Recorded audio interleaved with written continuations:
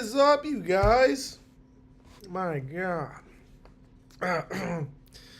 Sorry, I was scarfing down food before this. I just got back from a bunch of meetings. I do need to pull up the chat here on my phone so I can see you guys' comments. How's everyone's day going?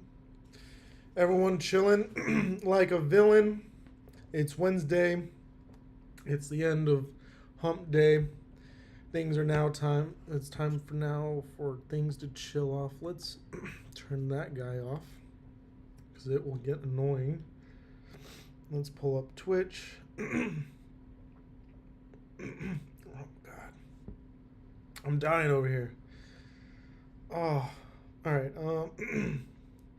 Where are we on Twitch? There we go. Epic. Sweet. I got both the chats back up.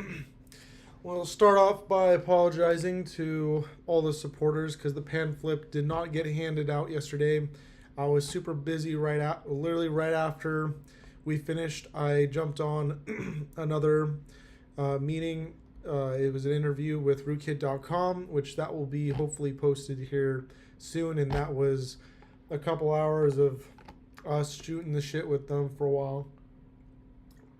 So I didn't really have time to make the handout. But today, I do have time because I have nothing planned afterwards. So if I don't make the handout, I fully expect pitchforks and lots of stabbing to happen. So let's get to this.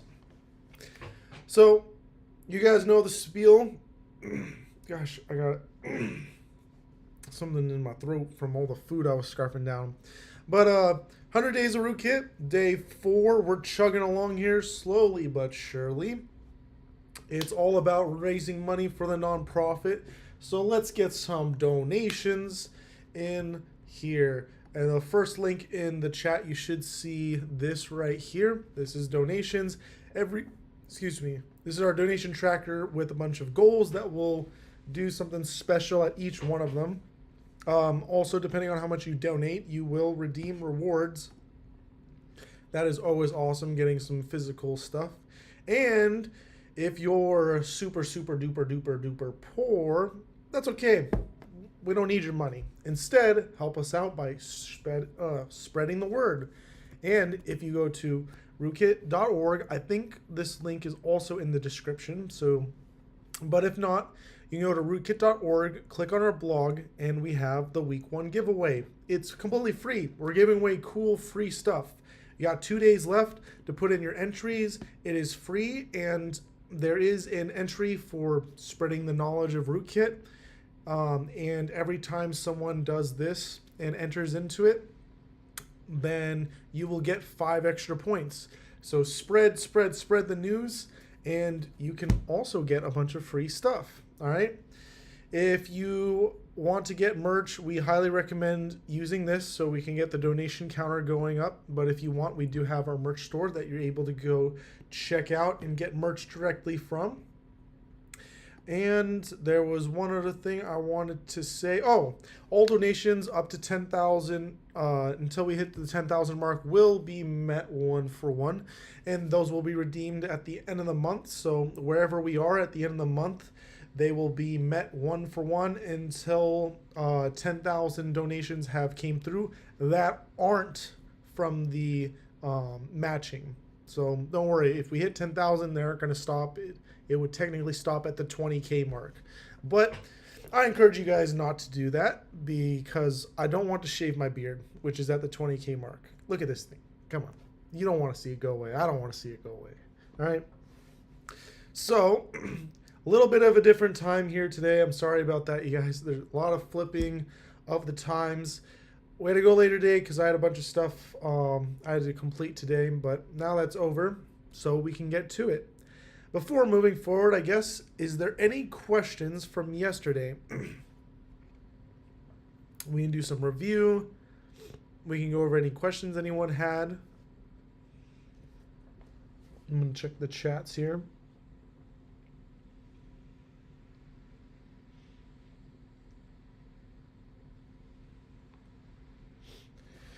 I don't see any questions, so I think we're going to keep chugging along. This should be the last day in discrete structures. The last day of pain. The last day of talking about math and words that just are too long and too cumbersome and just who likes this stuff? Only crazy people.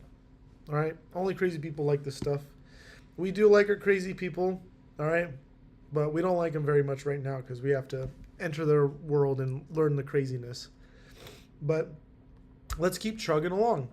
So this is going to be building upon the truth tables we talked about earlier, which again is all about just getting you into that mindset of programming. And if you're already doing programming, you've already been doing this stuff without even knowing. So this is just meshing of the math world with the world that you've already been dealing with and showing you how you can really like empower yourself moving forward with all these logic techniques and now proof techniques. All right. A formal proof demonstrates that if a premise is true, then the conclusion is true. All right. So if for sure what you're saying is true, then what you're trying to conclude is true also. All right.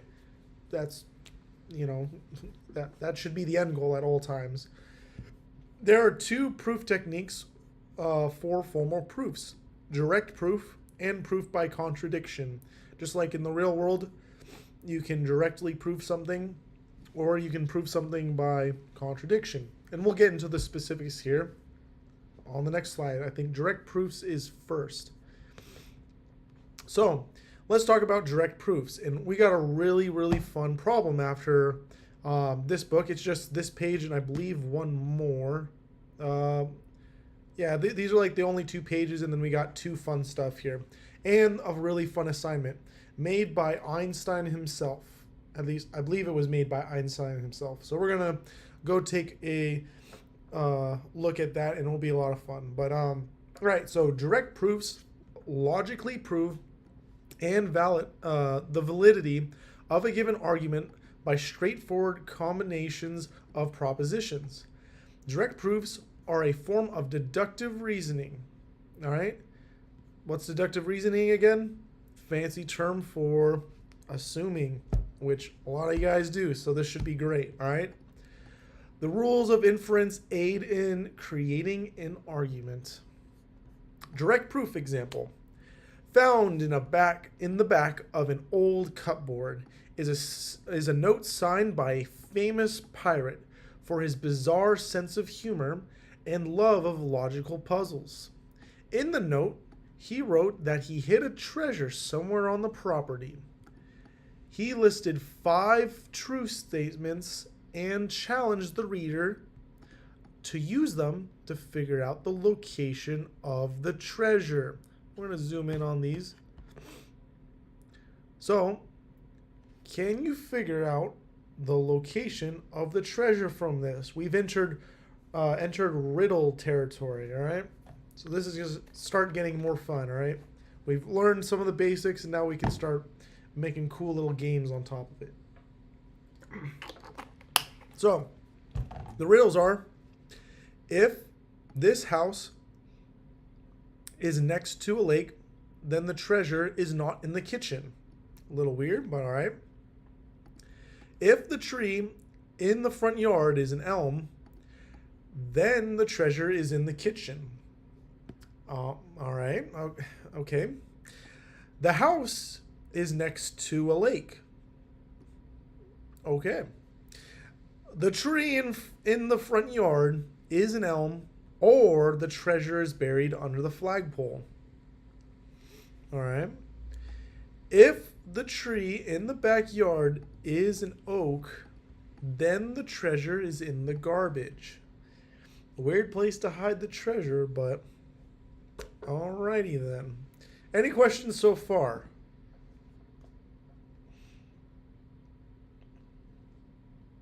Just checking the chats. Oh, too far. Got close out of these extra apps here.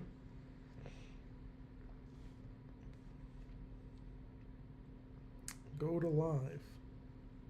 There we go. All right, zoom out slightly so we can see the prompt, please. Yep. There you guys go. So basically, what we learned in step 1 is we got to take each one of these guys and narrow them down to their math form, because English is just inefficient. We don't want to get hung up on any of these other words or terms. So let's just dilute it down to its quintessential, unarguable math form, all right? So that's what we do here down below. We translate each one into its logical form, creating a list of arguments. So if this house, so since we have an if, we know we need to do an arrow. We're looking for the then. The then means that everything afterwards should be before the arrow. So the then is right here. So everything before should be before the arrow. House is next to a lake. That is a hold-on proposition. So it is going to be labeled P. It's the first one we've come across. Then, so we need an arrow. The treasure is not in the kitchen. Since we have a not, we need to use the not symbol. So we're going to throw the not symbol here. And then treasure is in the kitchen when we get out not. So we're not going to say not because we just put the symbol there. Treasure is in the kitchen is our next statement. So we're going to label that as P, all right? And that's how we get this resulting logical form. We have P, arrow sign, not Q. Any questions on that before we move down the list here? I currently see no questions. So if the tree, so another if statement, so we need an arrow and a then is right here. So that means all of this will be before the arrow. So tree in the front yard is an elm. All right. So the tree in the front yard is an elm. That is the next statement. That is a new statement we've never seen. So we'll give it an R. All right. R is the next letter in the alphabet here. Then the treasure is in the kitchen. We've seen this statement before. This is what we labeled as Q. All right. But it doesn't have a not. So we're not dealing with any knots. It's just normal Q. So we're going to have R, arrow sign Q. Next, we have the house is next to a lake. All right, we've seen that one before. There's no compounding here. It's just it by itself. So that would be P. So we're going to take P and we're going to just write P right here. There's nothing else fancy going on, so we don't need to worry about that. Next, the tree is in the front yard. Oh wait, the tree in the front yard is an elm, or, okay, so this is one of our special symbols. So let's first, before the special symbol, look at this. Tree, front yard, elm. We've seen this one before. It was up here, and we labeled that guy R. So we'll go ahead and write down an R right here for this one. And then we saw that special little term, or. So we'll put the or sign. And then we'll continue with our next part here. The treasure is buried under the flagpole. Well, that's a new one. So we're going to label that one S. All right, we're just going down the alphabet here. So that is now labeled S. And then finally, if, all right, so we know we have an arrow. So let's go look for the then. Here's the then. So let's look at everything before the then. The tree in the backyard is an oak. Well, that is a new one, a new variation. So we're going to go down the alphabet to the next letter, which is T, and we're going to just write down T. Then the treasure is in the garage. That is also a new one. So after the arrow, we're going to go down to the next letter in the alphabet and use a U.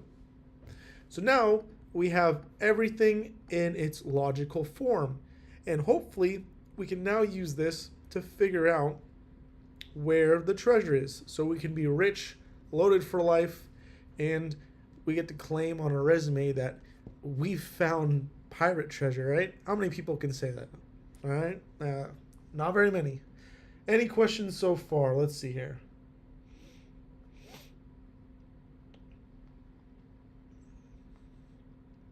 Not too many questions. So y'all must be understanding this perfectly. Perfect. And then let's keep chugging along. Let's solve this baby and get ourselves some treasure. All right. So, identify the standalone piece of information or the contradiction to identify the starting point. In this case, P in statement 3 is the standalone piece. If we look, P is all by itself and P right here is all by itself. It's just making a claim, all right? It's not doing anything else. It's not comparing. It's not an if. It's not an or. It's not an and.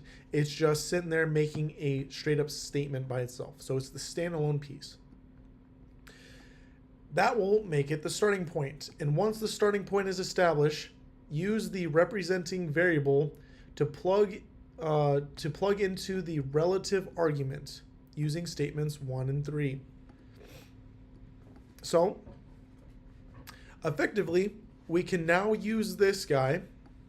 It's kind of pieces of a puzzle when we go through this, because we know this for a fact. This is supposedly like the truth. So the only other place we have P anywhere in our statements is the first one.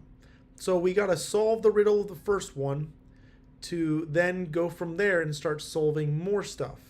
All right, we got to see whether or not the house is for sure next to a lake and whether the treasure is in the kitchen. All right.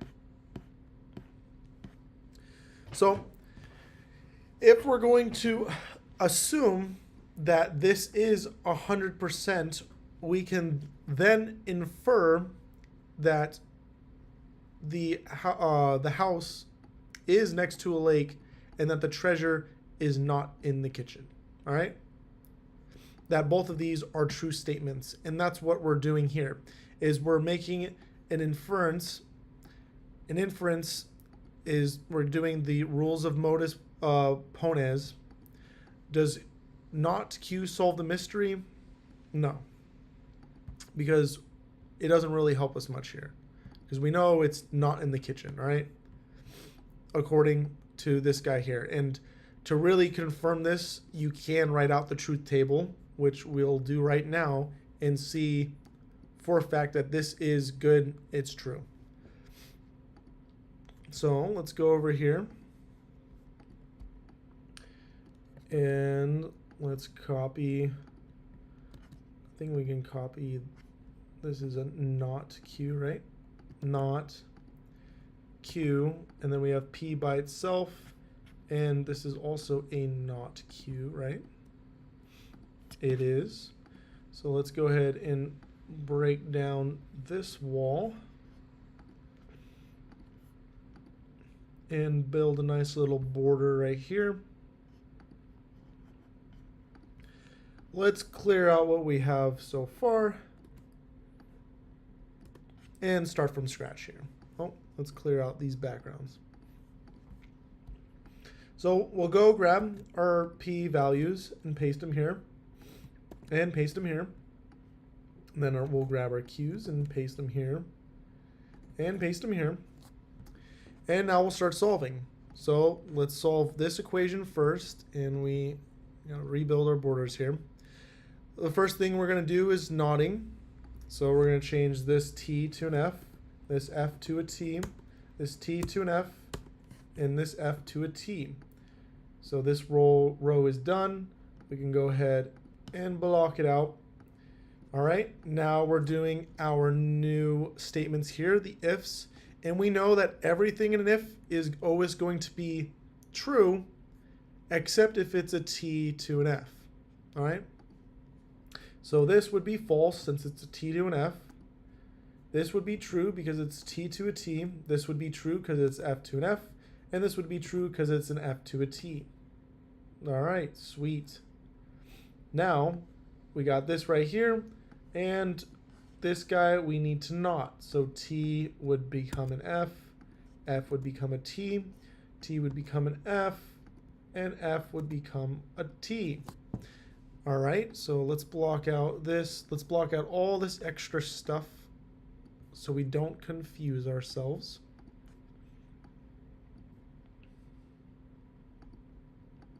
Epic. Now we can look across. Is this true all the way across? No. Is this true all the way across? Yes. Is this true all the way across? No. Is this true all the way across? No. We don't have anything else that is also all trues all the way across. All right? So this must mean this line is the truth line. This is what we need. This is the answer per se. All right? And we are now good. We have solved this guy, and we know for a fact now that this is the what do you call it, that this does not solve the mystery, because if we look here, modus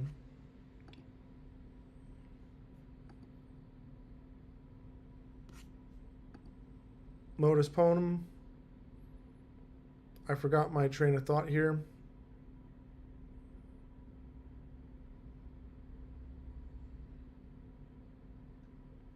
I totally blanked out there, but we're going to keep chugging along, all right? So if we've now inferred this, we can now take it and combine it with statement 2, all right? Because now we have this guy, and it's a Q, and we have a Q in statement 2, so then we can start looking at this and breaking it down. All right, R if, so it's going to be your implies Q, and then a not of a Q, and then the not of an R. All right, we're using also the inference rule of modus tollens. All right. After that, does this solve the mystery? No.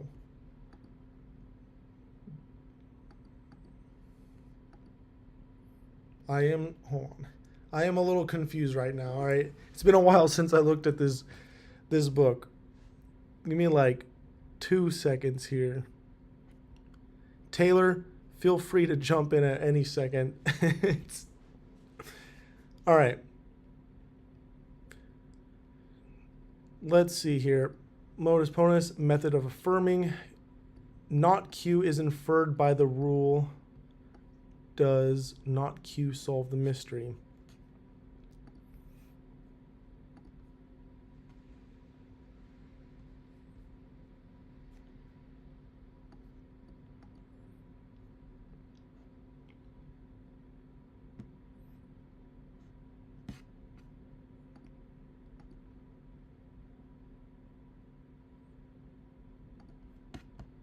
Oh no.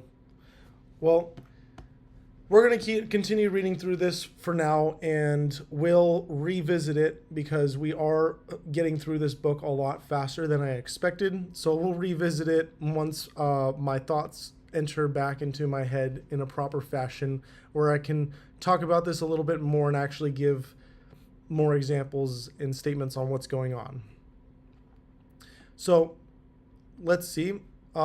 Take not R and combine it with statement 4, because R is in statement 4, so now we can continue the tread down. And we have not R, and therefore S. S is inferred by the rule of elimination. Now identify the answer. S equals the treasure is buried under the flagpole. What about the last statement? T implies W. This type of information is often referred to as a distractor or misinformation and is not usable. So this guy right here, if the tree in the backyard is an oak, then the treasure is in the garage. It's just thrown in there as a misdirection or misinformation to kind of throw you off the game. But following the trail all the way down, and you can see these are all like logically linked. P is linked to this P right here, which is linked to the Q here, which is linked to the Q here. And you can go from R to Q here, and R then can go here, and then R and S. but this is some outlier that sits here. So this is what you're going to have to be analyzing. All right.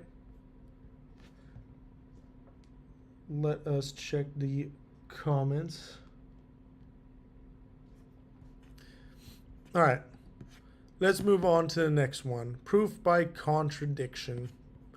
Proof by contradiction indirectly and logically proves the validity of a given argument by showing the falsehood of the proposition implies a contradiction. All right? The contradiction rule forms the basis of the proof by contradiction.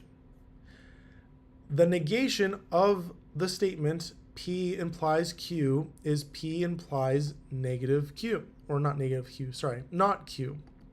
Given the following statement, if Marcia is a civilian, then Marcia is not a service member. Its contradiction would be, if Marcia is a civilian, then Marcia is a service member. The concept of logical contradictions make inference through a technique of reasoning called the contradiction rule. The contradiction rule is the logical heart of the method of proof by contradiction. So let's look at this example here. Not P implies C, therefore P. And if we look here and do up all the math, you can see that P is true at the end of the day, which means that this is true. Any questions there?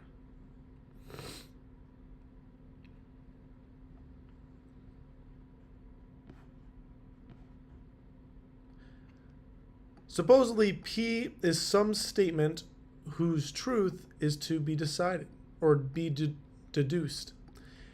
If one can show the supposition, oh my gosh, this word, that the statement P is false leads logically to a contradiction, then one can conclude P is true. This is the contradiction rule. In table 19, this table right here, there's only one critical row, the first row, where the premise is true. You can see it's bolded right here in the conclusion, and it's bolded right, or it's here in the conclusion. They're both T. They're both true. Where the premise is true, and in this row, the conclusion is true. Hence, the form of argument is valid. A slight variation also provides the basis for solving many logical puzzles by eliminating contradictory answers. If an assumption leads to a contradiction, then the assumption must be false. Another well-known type of logic puzzle is knights and knaves. Knights and knaves is solved using proof by contradiction methods. Solomon, an American mathematician, yep, that's right. This is said math magician. That is the proper term, all right? Is credited with creating the Knights and Knaves puzzle. The puzzle visits an island that contains two types of people. Knights who always tell the truth, and knaves who always lie. Unfortunately, there is no way to tell them apart except to listen to their statements and apply logical reasoning to them. One of the simplest examples is meeting with two of the residents, Al and Bob. Al says Bob is a knight. Bob says Al and I are opposite types. What are Al and Bob? This is where we can use the logic and truth tables to figure out who is telling the truth and who is not. To solve this puzzle, use reasoning to work through it. Remember that each of them can only be a knight or a knave. There are no other options. So let us start by assuming that Al is a knight and see what happens. Al is a knight, so whatever Al says is true by definition. He cannot lie. He can only tell the truth. So Al says that Bob is a knight. All right, so they're both knights right now at this point in time. Al is a knight and Bob is a knight. Then Bob says, what Bob says is true. So everything that Bob says must also always be true because that's what a knight is. They only tell the truth. But Bob says that Al and Bob are opposites. Well, that kind of throws in a problem here because if we're going to apply right out the way, like we're going to just say that we guess Al is a knight, he can never lie, and he says that Bob is a knight also, who can never lie. But then we have a whole wrench in the plan here, where Bob is saying that they are opposites, which means that someone needs to be lying. All right? Which knights can never do. So our initial assumption looks like it may be wrong because Al can't be assuming or saying that Bob is also a knight and they're both knights when this lie is happening. All right? So Al and Bob are opposites. It is a contradiction statement because Al and Bob are both knights. Therefore, the assumption Al is a knight must be false. So Al is a knave by contradiction. So what Al says is false by definition of a knave. And they're always telling a lie. They never ever tell the truth. They always tell a lie. Bob is not a knight. He is a knave. He must be either a knight or a knave. Bob stated that he and Al were of opposite types. However, if Bob is a knave, then that is a lie. More so, both Al and Bob are of the same type. In other words, Al and Bob are knaves. By this reasoning, if this puzzle has any solution, it must be that Al and Bob are both knaves. It is possible for some of these puzzles to have no solutions because they can contain statements that are contradictory and lead to ambiguity, which is normal in English. The statements like that are done all the time where it's left very open-ended and you don't really know what is true or not. So that is a completely normal function. Plot twist. the plot twist, they're both names. So were there any questions in regards to this seemingly simple example of knights and knaves?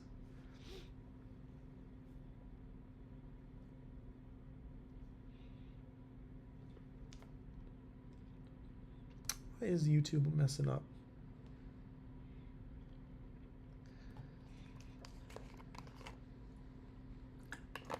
All right. So let's look through this again. Why? So it's only two statements. Bob is a knight. Al and I are opposites. There are only two statements here. And let's break it down a little bit. At first, we assumed to try to solve this, we first just blindly assumed that Al is a knight. Remember, knights always 100% tell the truth, and knaves always 100% will lie. They will never tell you the truth. So Al says that Bob is a knight. So if Al is a knight, that means whatever he says is truth. It was written by God himself. So this means this is another one of God's saints. He only speaks the truth. But he is saying that they are different. Okay, that means someone here, at least one person here is a liar. So we know that can't be truthful, that Al is a knight. So let's back it up a little bit and let's do the other way, because we can only have one of two options. He's a knight or he's a knave. We know for a fact that Al cannot be a knight because this just doesn't make sense. So he must 100% be a knave. And guess what? Knaves always lie. So if the liar who always lies says that Bob is a knight, that can't be true because this is a lie. They always lie, which means Bob is actually a knave. Does that make sense?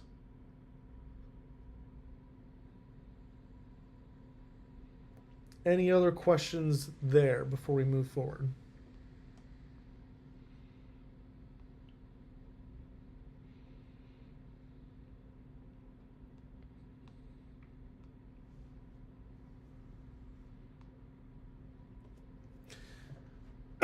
All right, so let's go ahead and move forward. Looks like there are no questions right now in the chat.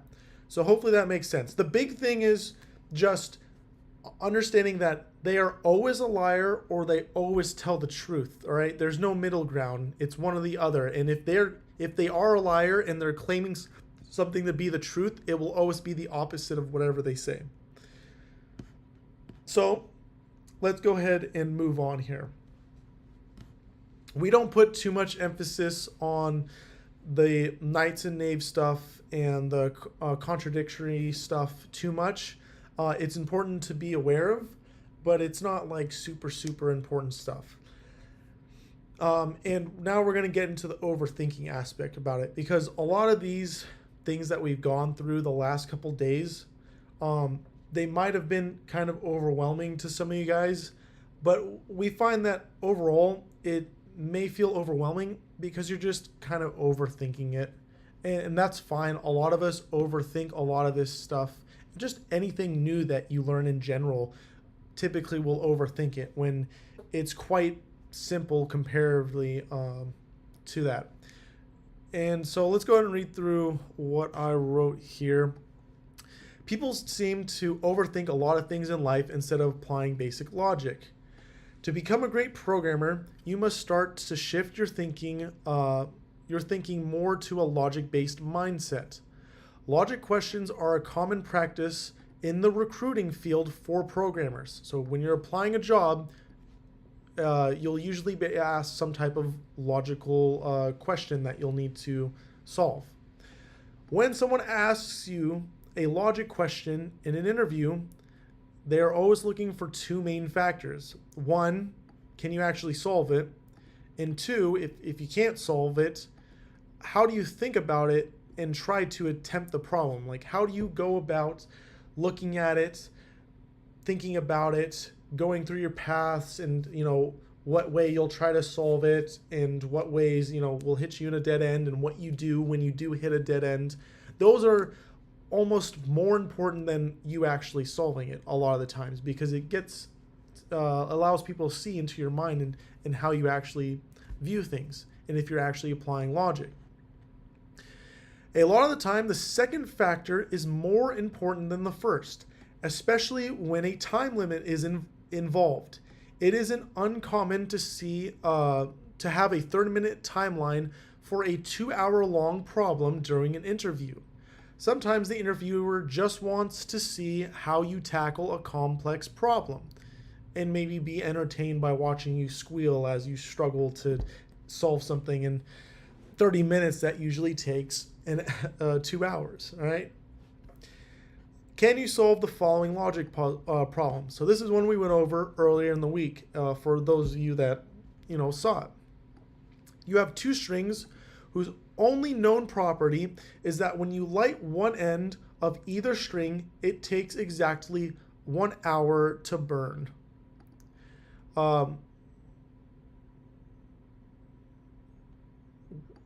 wait a second, hold on. You have two strings whose only known property is that when you light one end of either string, it takes exactly 1 hour to burn. This should say 30 minutes. That should not say 1 hour.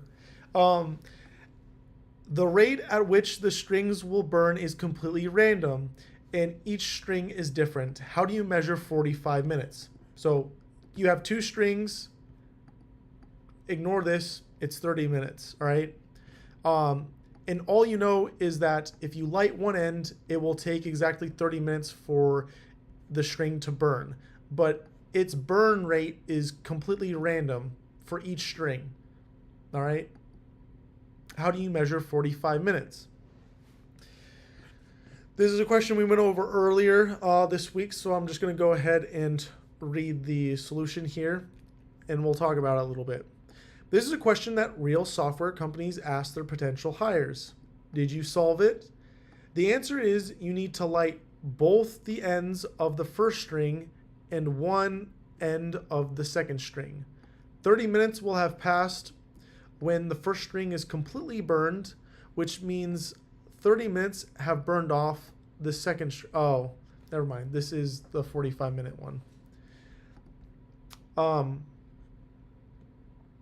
30 minutes will have passed when the first string is completely burned, which means 30 minutes have burned off of the second string.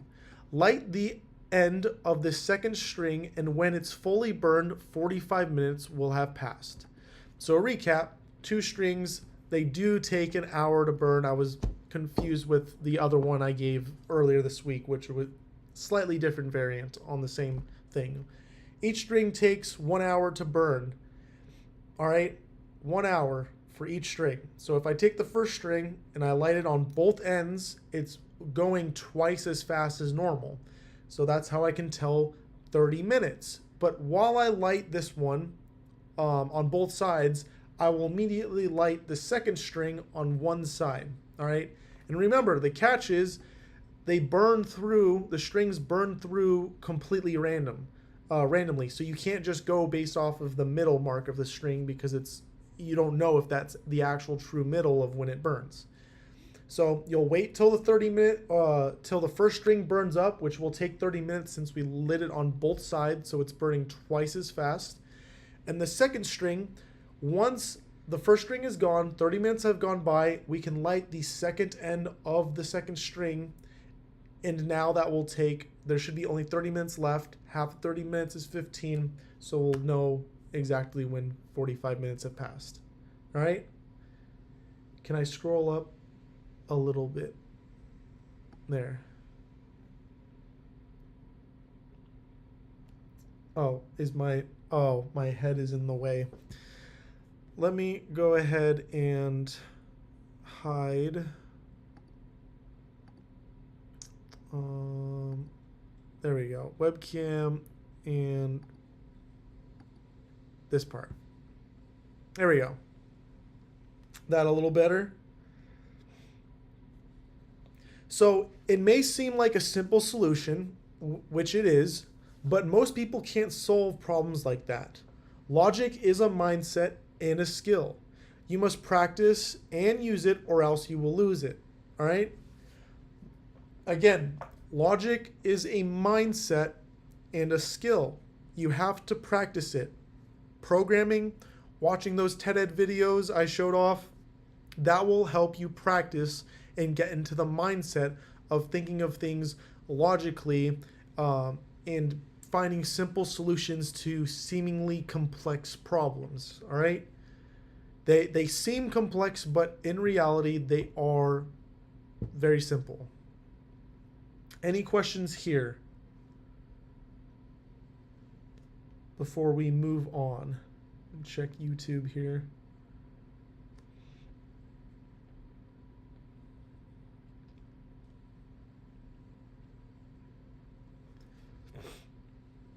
All right, let's go ahead and go to the next guy here.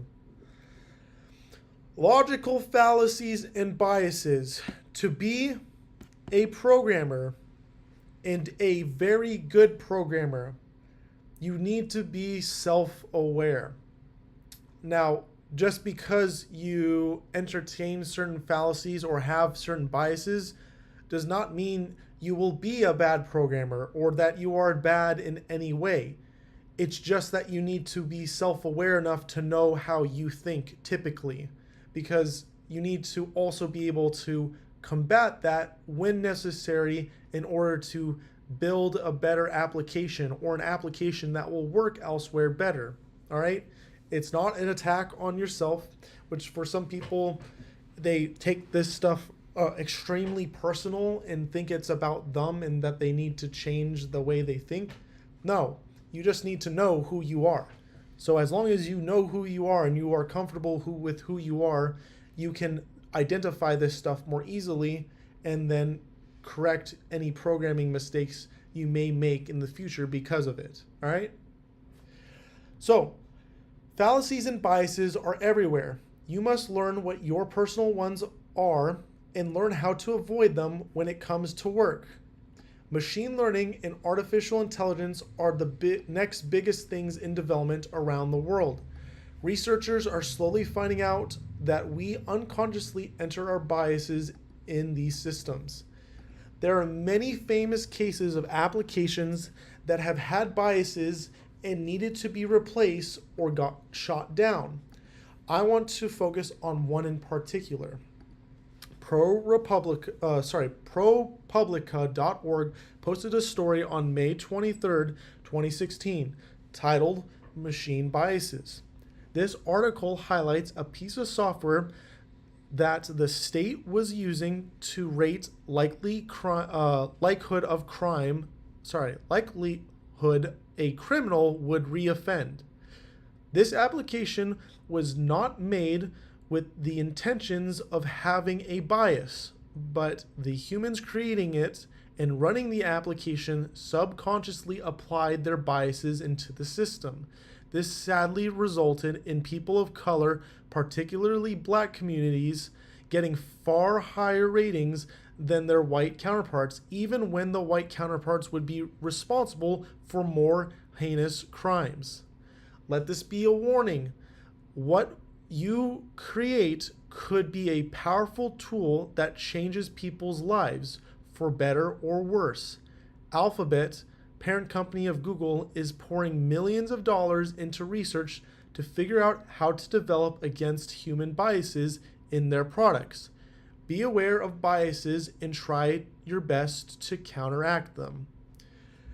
Now, let me turn on my camera back here. That did not turn on the camera. There we go. Oh, we got a bunch of cameras here. And I don't want this. And this. There we go. So, be aware of your biases, particularly if you're making international software. So a better example right now would be you want to enter you're making software, let's say right here in the US, all right? You're using US people. Let's say you are conscious of your biases. And so to make some good software, you're using a good pool of, let's say it's photo recognition, a good pool of people based off of the proportions that's available in the US. So white, black, etc., based off the proportions in the US. And the product works great in the US, all right? You did your job, you had pretty decent pools of all those, and you're able to identify people pretty well. Epic. Then you get a brand deal or something, and they want to move your product to a bigger market. India, let's say. India is a massive market, over 1 billion people, 3 times the amount of people in the US. So you go and ship your product over there. It does terrible, absolutely awful. You made no modifications before even shipping it over there, and it did terrible, and you weren't quite sure why. Well, because the people there look completely different than people here. Their facial structure, the exposure to the sun, wrinkles, etc., their lifestyle dictates how they look.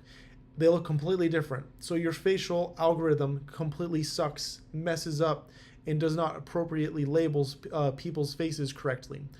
So your short-term thinking or biases that people look really similar was false. People do not look similar. Everyone looks really different. And if you're going to get into other markets to make money, you need to make sure you're adjusting everything correctly to the people that you're catering to. All right? Any questions on that? It kind of seems like basic sense. Like if you're going to be dealing with a bunch of Asians, like you should probably rethink your algorithm to work better for them than it does for a population of, I don't know, what's the US, like 70% white. Like it's completely different in how everyone looks. Let's see here.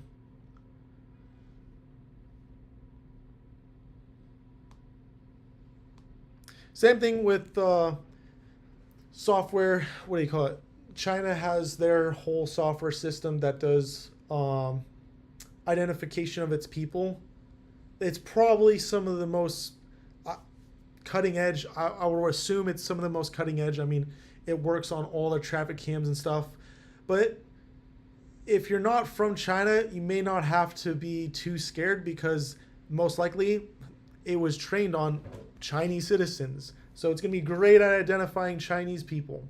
Probably not very good at identifying anyone else, right? So if you are a maybe more malicious user or a hacker, you know, this is something you may also want to be aware of how to counteract these systems, you know, because usually 9 out of 10 times people aren't using the proper data sets for the machine learning algorithms they want to do in order to hit the population of people that you want in regards to stuff like facial recognition, action recognition, so forth like that. All right. Any questions on that? That is the end of the proof technique books.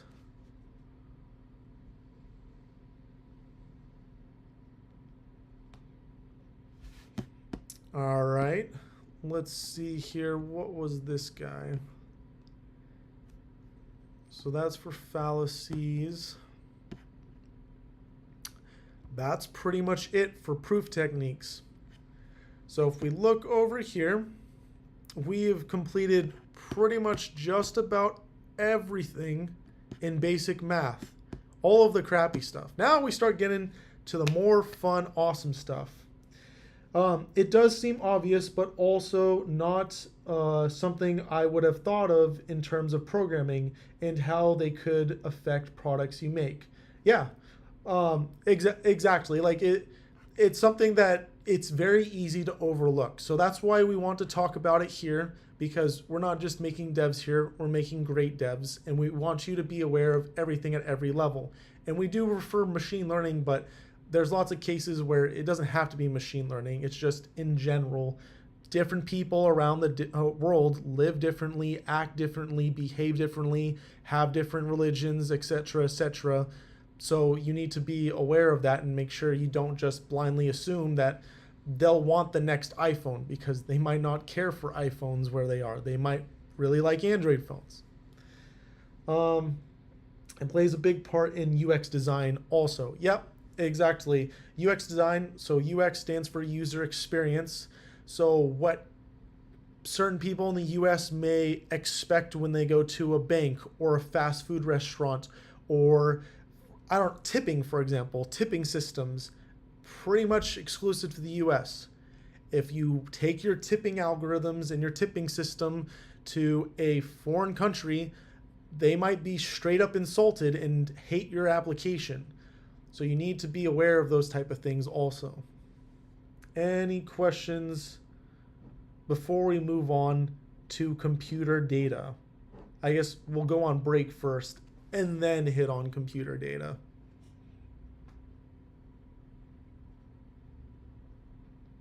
I see no immediate questions. We're going to go on break. If you have any questions, go on and ask them in here, and we'll address them when we come back. If not, we're going to move on to computer data. All right?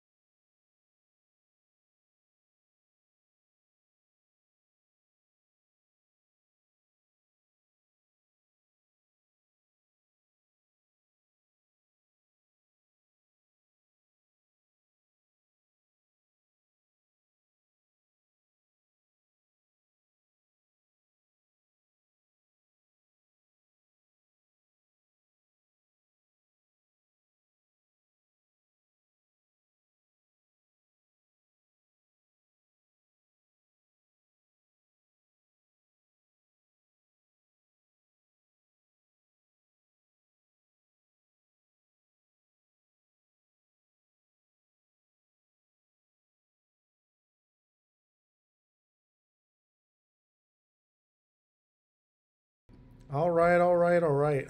I am freezing right now. I can't put my jacket on because it's soaking wet.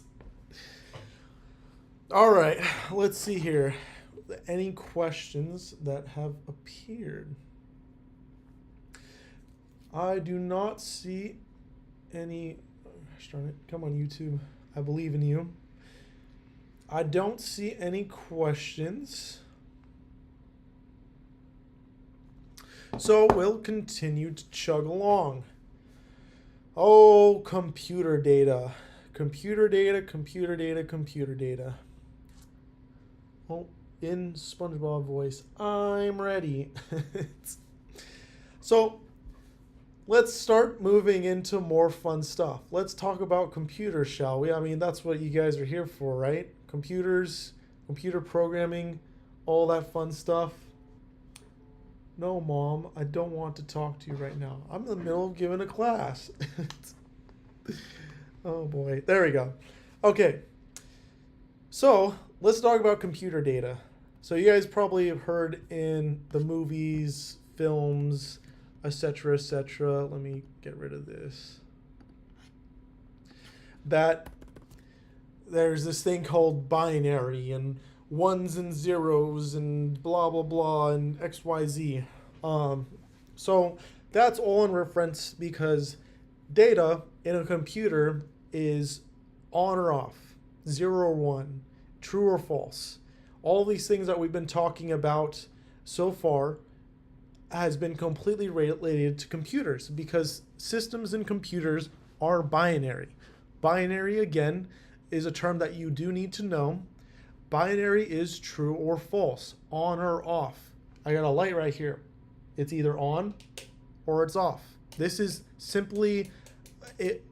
This is what a computer does, except a lot, all the time. But exactly this. It is as simple as a light switch. Light switches that are going on and off all the time to relay some type of data. And so to make it into more usable terms, because writing ones and zeros a bunch like this is gonna look, programmers, the key thing is programmers are lazy. All right, no one wants to do that. It is a lot of work. But at one point in time, way back, computers used to be programmed like that. You used to have a bunch of switches, and you would have to flip switches on and off to signal whether you want a 0 or 1. And once you do a combination of that, that would be the data. You'd click submit, and then it would go and run whatever you want. But data, that's the key word there. How do you convert this into data, something that's usable, something that's understandable? Well, there are smart ways you can do that. And one way is by turning it into numbers. And I guess before we go into that, let's talk about bases. All right. Usually you guys are probably used to base 1, 2, 3 and home base. All right. This is completely different bases. All right. We're not talking about baseball. All right. Get your mind out of the gutters. God. We're talking about math. All right. And in math, you can have these things called bases. And that basically tells you how high you can keep counting before you wrap around and have to start counting up again. For example, base 10 is what we normally count in. If I count from 1, 2, 3, 4, 5, 6, 7, 8, 9, 10, 10 is the wraparound mark. If you look at the ones place, I have 1, or technically 0, 1, 2, 3, 4, 5, 6, 7, 8, 9. And where's the wraparound? At 10. I technically wrap around to 0 in that ones place there. I wrap around back to 0. And we put a 1 right here. All right? That's base 10. All right? when you have something in a different base, let's say base 2, base 2 is what binary is in. You can only have a 0 or a 1. If you try to count to 2, it's just like when you count to 10, you'll move over you'll turn this into a 0, what's in the 1's place, and then in the next place you'll carry over the 1. So even though this looks like a 10 and this looks like a 10, this is base 10, which is the value of 10 itself, and this is base 2, which is actually the value of 3. Actually, 0, 1, this is the value of 2, my bad. So in the parentheses, I'm going to write what we would actually value it as if we saw it. All right. So base, again, just shows at what number we would carry over and start counting from 0 back up again. All right. There's this thing called base 8 and base 16. These are the most common bases that we use in counting in programming. Why? Because they're all factors of 2. Why does 2 matter? Because these are binary systems. They're either true or they're false. They're one or the other. And multiples of 2 work really, really well in programming. Base 10, how we normally want to count, computers don't really like it that much. We kind of force it to do that, but it's not what it's actually doing under the hood. But don't worry too much about this. We're just going to hit on this. It will make more and more sense as we go about showing actual programming examples and when this comes into play. All right. So base 10 or base 8, also known as octal, is when you count up, and a 10 in this would actually be the value 8. And then there is hex, a decimal, which is base 16, which a 10 would actually look like this. Oh yeah, we're getting letters in this bad boy, because 16 is a lot. And remember, everything, this dictates the first digits place. So the very first digit right here in the 1's place. This needs to be able to go up to 16 without using 2 numbers. So in hexadecimal, we have 0, 1, 2, 3, 4, 5, 6, 7, 8, 9. We can't have 2 numbers, so we move to A, B, C, D, E, and F. All right? Then we wrap around and start at 0 again. So 10 would be an A. And F, or I guess this would be a 16. Make sense? Any questions on that? And look here at the chats.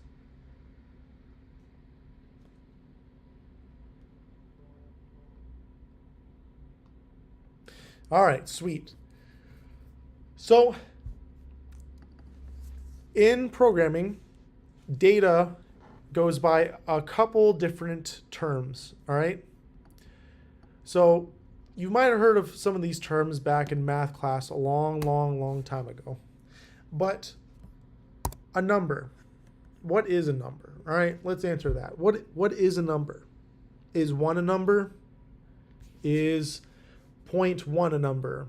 Is -1 a number? Like, are those all numbers or not?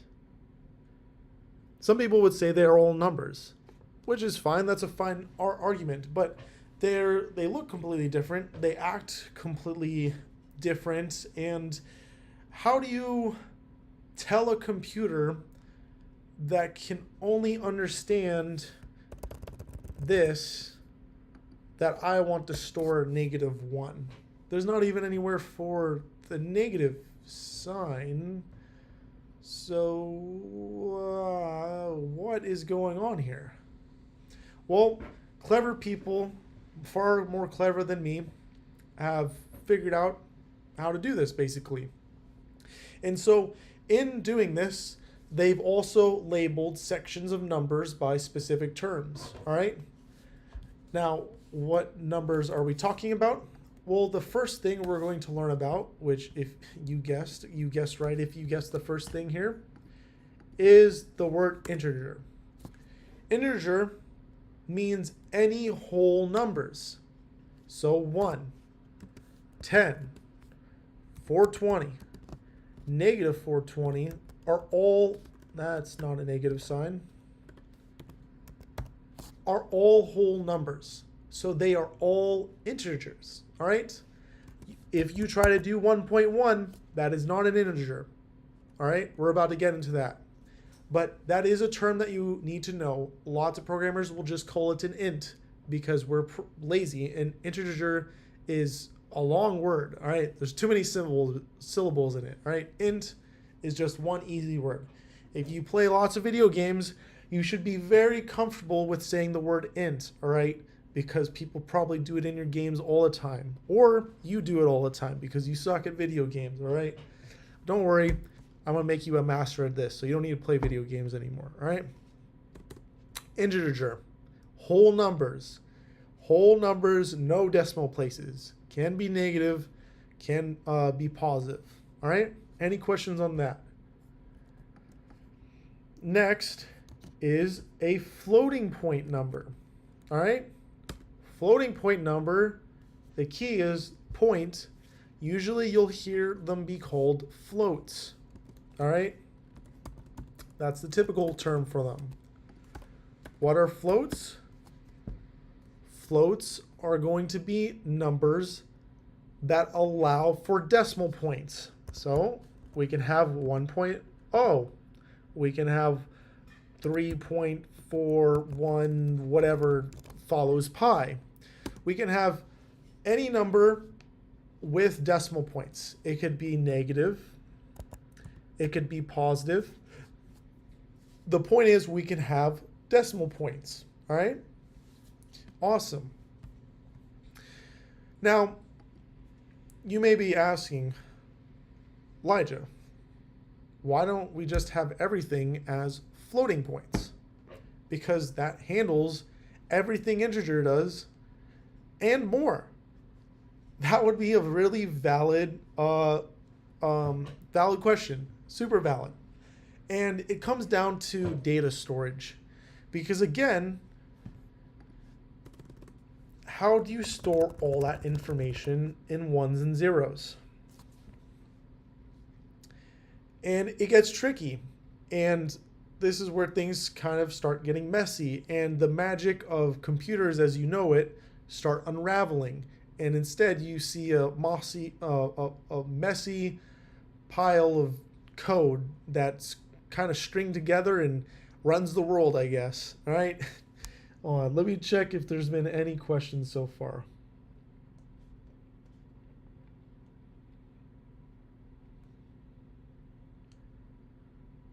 All right. So we're going to use our great friend Google to take a look at some of this stuff, right?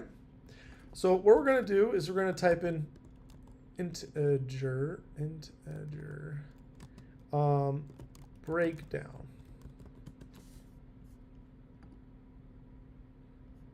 I guess we do bit format. And gosh, these are just not that great of pictures. I said integer, not a floating point. Well, look at this one. This one has a lot of mathy terms on it, which I'm not a fan of. But we'll look at this one. And I guess we should dial it back one bit and talk about this thing right here that I labeled called a bit. So if I can figure out where, there we go. So let's drop down here for a second. And look at these funny things. All right. Bit, nibble, byte, word, double word, quad word, epic.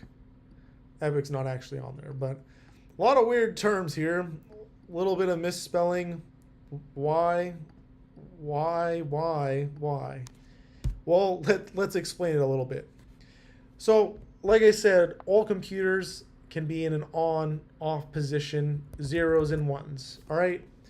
But we need to group these into, logical amounts. And if we're grouping into logical amounts, we got to label them with terms. So a bit, which is our slogan here at Rootkit, 1 bit at a time, is the smallest value you can have. It is one single digit in binary. True or a false. All right? That is a bit. So we'll go ahead and label this guy a bit. We just need a little bit of computer magic. All right? Now, if a bit is not enough to fill your appetite, then you can take a little nibble. All right? A nibble is going to be 4 bits. Nibble. And let me just double check that. I want to make sure I am telling you the truth. Nibble size. 4 bits. Perfect. Just need to confirm myself there. Hey, it's okay to do that in the programming world. Google is your friend, all right? So, nibble is going to be 4 bits. If you're still hungry, then you can take a full-on byte. How much is a byte? Good question. It's going to be 8 bits or 2 nibbles. All right? Once you're satisfied with eating your whole bite, then you can start going back into the world and socializing with people and speaking words. How much is a word? Twice as much as a byte. All right, so bytes are going to be 8 bits. Words are going to be 16 bits. I'm going to double check that what I'm saying is true. Okay, this kind of starts getting into, there we go. Starts getting into the weirdness territory, where this kind of asterisk depends on what operating system you're on and a bunch of weirdness. But this is how we're going to go about it. And once you start drinking your coffee and you've said a couple words for the day, then that's when you start going into more of an awake mode and you can socialize with more people. So now you can speak in double words. And once that coffee fully hits you and you're a fully functional human being and you're ready to take on the world, you can now do quad words. All right? As you can see, everything doubles except for bit to nibble. That's going to be 4 times as large, but everything after that is going to be doubled in size. So a byte is going to be double the size of a nibble. A word's going to be double the size of a byte. A double word, weirdly enough, is double the size of a word. And who would have guessed it? Quad word is 4 times the size of a normal word. All right? Any questions on that?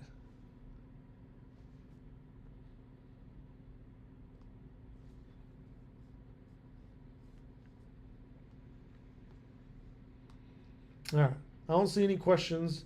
I see Leo said he didn't mean to do something. I don't know what you did, Leo, but better not do it again, all right? Or else I'm going to have to crack down on you.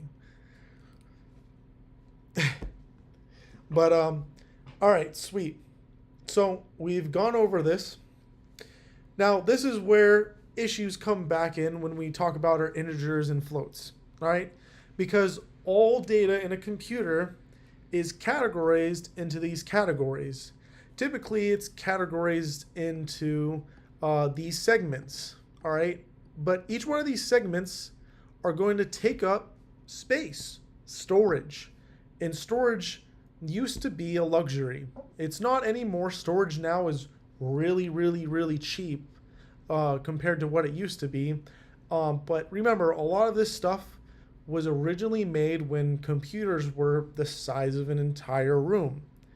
And then they slowly shrank, but their price tag was still very, very expensive. So optimization was king. So you, in practice, would only use what you need to when you need to do it. All right? You wouldn't take any more.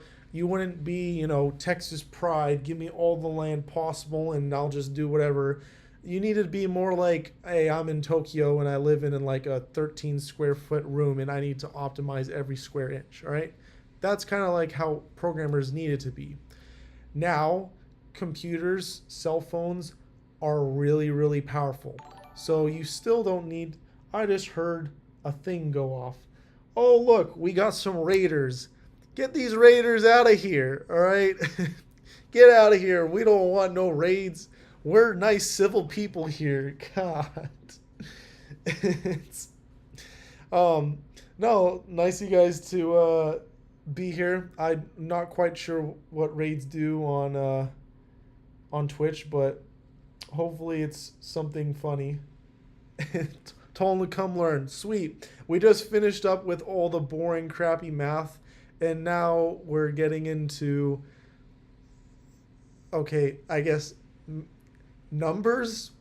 It's different than math, though. I promise you. But no, we're just going right now into how things are stored on a computer and sizes and a little bit of history of computers and why storage is cheap, and so this stuff doesn't matter as much anymore. So let's see here. Integers and floats were hard to find because storage did matter. And so when you're very limited on data like this, you need to be really self-conscious of these items. And the thing is, floating points take up a lot more data than an integer is, because it's really easy to store a solid number, but when you start adding decimal points into stuff, it complicates everything. All right, anywhere it always complicates it. Like, come on, who's ever done the check at a restaurant and you got like some cents left over and you're trying to, it just always makes everything complicated. But whole numbers are chill. Right, I'll vibe with them every day. Same thing in computers. It complicates everything. So in a computer, when we normally want to store a whole number, I really want to have a better picture. We do have a better picture in our book somewhere else, but I did not prepare it for right now. Let me go through here a little bit and see if we can get a better picture. We'll go with this one.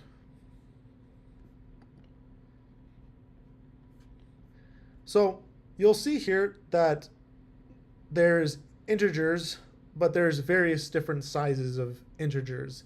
And we'll get to that in a second. And it's something that you've probably seen happen a lot.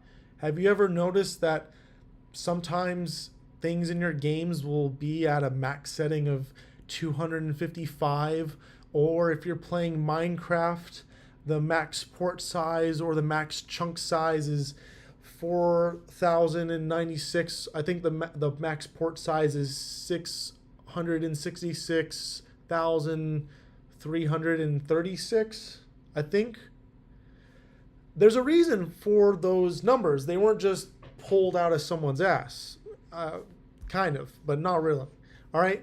It's because the data behind the scenes is laid out like this, where there's a certain amount of bits attached to every single data value that you're trying to store. So if we're trying to store a normal number in most cases, this all asterisk depends on the operating system that you have and so forth. but we're going to say it's 8 bits, aka a byte. So a number will typically be 1 byte long. All right. And if we want to store a number in a byte,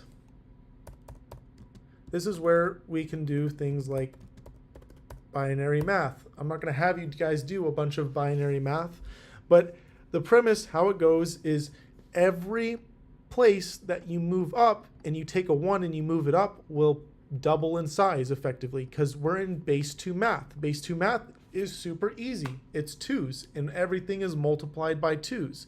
And that's why you get weird endings like 496, because we multiplied in 2's all the way up to 496. So if you can handle multiplication by 2's, you'll be a great computer programmer, because that's pretty much as complex as it gets. So if we have a 1 here, this number is going to be a 1, an integer of 1. And if we have a number here, that's going to be twice as much. So that's going to be a 2. If we have a number here, that's going to be twice as much because it's another number down. So that's going to be 4. You're right. Now, next is going to be 8. Look at that. You guys are already getting the hang of this. 8, 16, 32, 64, and 128. Bam. Some of those might seem very, very familiar. For example, if you've ever built a custom computer or paid attention to your computer specs, you might see the numbers 8, 16, 32 commonly come up. 64 gigs of memory come up and usually be in pairs. Why is that? Because everything down to the binary level of your computer works on these pairs of 2's, and everything is always symbiotic in computer land when you have these powers of 2's. All right? That's why you'll see this pattern constantly in programs, video games that you play, all the hardware that you buy. Now, this is 128 when we have the 1 right here. But if we were to max out all of the 1's here, we'll get a total of 256, or 255, I should say. The total numbers that you can count up to is 256 because all zeros, when things are zeros, that counts as a number. But this is 255. This is why you see numbers like 255 over and over again, and usually will be used for like max settings on some stuff because it conveniently takes up 1 byte of information on the computer. It's really small and it's usually plenty for anything that you want to do. Are there any questions so far?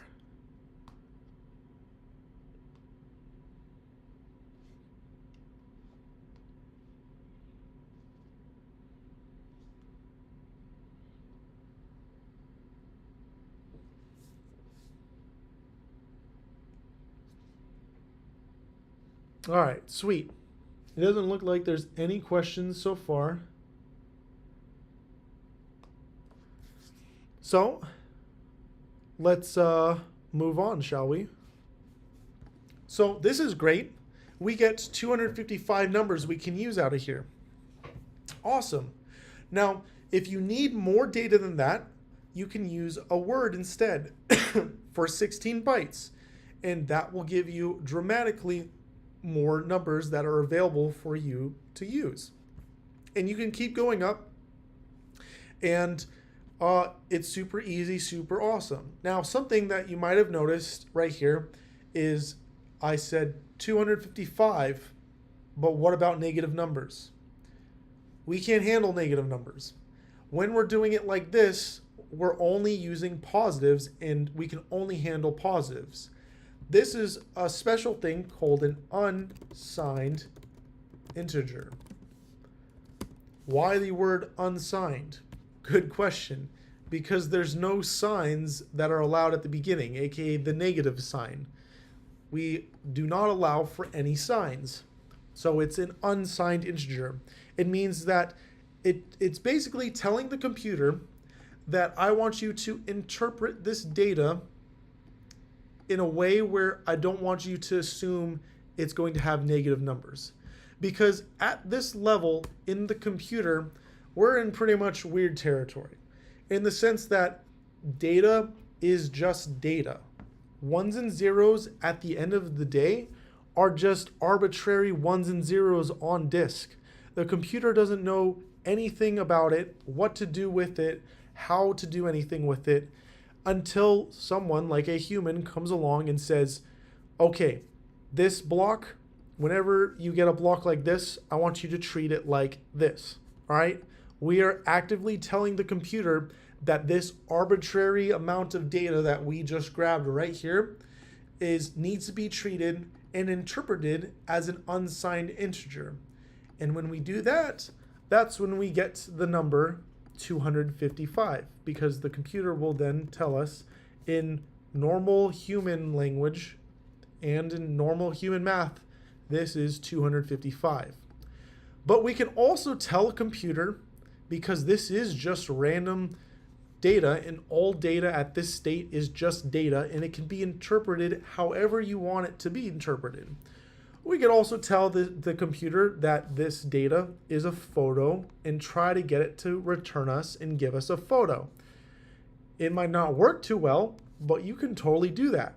You can also tell it that it is a signed integer, and it will try to interpret it. I can't remember right. I believe a signed integer of this value be 127. So if we said, well, look at this data and tell us what the signed version of it is, it's going to tell us it's 127. Same data, takes up the same amount of space, looks exactly the same, but depending on how we interpret it, we'll get a completely different answer. Now, signed, new term in here, effectively, whenever you see the word integer by itself, you can assume it's a signed integer. That is the normal assumption that you can make. An integer is a signed integer. You don't need to specify. It's implied. The only time you need to imply is unsigned, because it's kind of weird. Normally when you count, you don't really think that things can only be positive. Things at all times could be negative. But in computer land, you must imply at times, not in all programming languages, unsigned. All right? And again, this is just us manually telling the computer how to interpret data. Because at the end of the day, data just looks like data. It could be whatever you want it to be. All right? Any questions on that?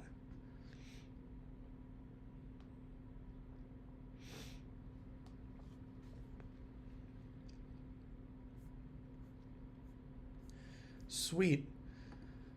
So we also have, let's revisit back to floating point values. So right here, we have floating point values, and this is a 64-bit. Let's go and find ourselves a smaller version of this. It'd probably be better if I said floating number 32-bit. Here we go. Half precision. So by default, when you ask for a float, it will usually be 32 bits in size. 32 bits in size is a lot bigger than a byte. A lot bigger. So now you can see one of the reasons why people usually don't use floating points off the bat, because they use 4 times the size, 4 times the space. Imagine if your favorite game was using, instead of bytes and integers by default, or when possible, it was using floats everywhere. your stuff would be 4 times as large. So that new Call of Duty game you just downloaded, instead of being 100 gigs, would be 400 gigs. That's a pretty noticeable difference. It's absolutely massive. So, even to today, you can be a little bit more liberal with how much space you take up because storage is a lot cheaper now than it has been in the past.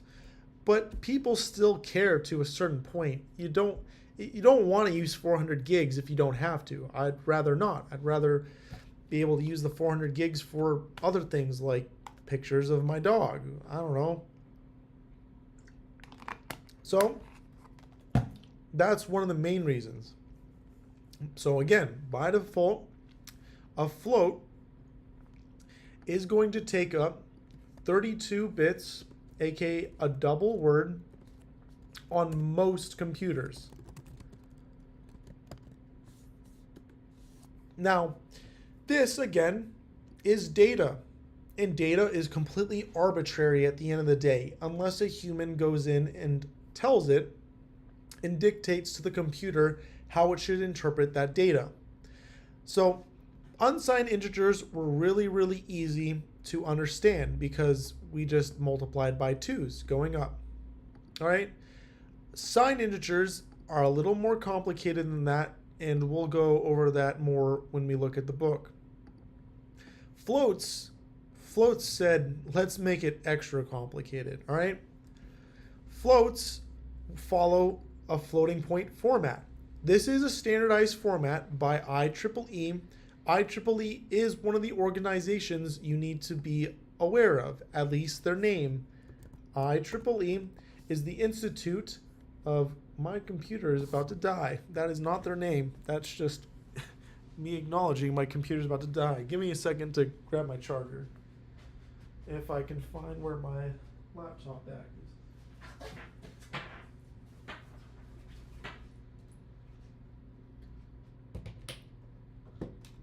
There we go. And let's plug this in. Awesome. IEEE, Institute of Electrical and Electronic Engineers. All right. They basically publish standards that they recommend you follow. Technically, you don't need to follow them. So technically, you can invent your own way of interpreting data, however format you want. It's just what they recommend, and everyone that wants to be on the same page will follow it. Because imagine if you look, this is a Mac, all right, made by Apple, Microsoft, made by Microsoft, Windows made by Microsoft, two completely different companies. If company Microsoft wanted to make an operating system, it's going to run on a computer. Computers runs on zeros and ones, which means that the data, again, completely arbitrary on how you want to interpret it. Same thing with Apple, completely arbitrary on how they interpret it. So if Microsoft wants to interpret floats completely differently than Apple products, it means that their softwares cannot talk to each other, which you can see that's not really a thing you can do out of the box. Software is not really cross-compatible across their operating systems. There's more reasons than that, but this is one of the reasons, is they wanted to compete with each other. So they were doing things different all the way down to this level.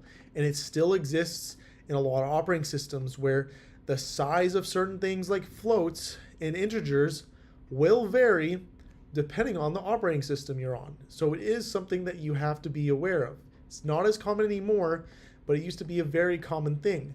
So to help standardize this, so we didn't have wild variations, IEEE came around and said, hey, don't be acting like it's the Wild West out there. Let's follow the same format. This is what we propose. And so people have been starting to follow it. Why? Just because. I mean, people followed it and more people followed it. Now we all follow it. There's nothing stopping you from not following it and doing some Wild West shit. It is 100% up to you, all right? But moving forward, we're going to be following their standards, all right? So the standard for floating point values is 32 bits, and the first bit of it is going to be the sign bit. Can I zoom in on this a little bit more, please? Why? But why? This is the photo. There we go. So right here, sign bit, 1 or 0. That will dictate whether it's negative or positive. So this guy right here, this 0 right here, is how we can dictate whether this number is going to be negative or positive. So right now we have a positive number because this is 0. Why did they choose this? Because that's how they chose it. There was nothing stopping them from saying, we want this guy at the end to be the positive or negative, or this thing in the middle from being negative or positive. They totally could have done that, but they didn't. They just arbitrarily chose. Well, there was probably something more than arbitrarily choosing it, but they chose this guy at the beginning to be positive, to symbolize positive or negative. After that, the next 8 bits are your exponent, aka how many decimal points should we be moving the decimal point area. All right. So our next 8 bits, these guys right here, are our exponent. And then the last bit here, so everything that's remaining, whatever that amount is, it would be 9 minus 32, whatever that is. That's what's left over for us to store the core number that we want. All right? So if I think there is a floating number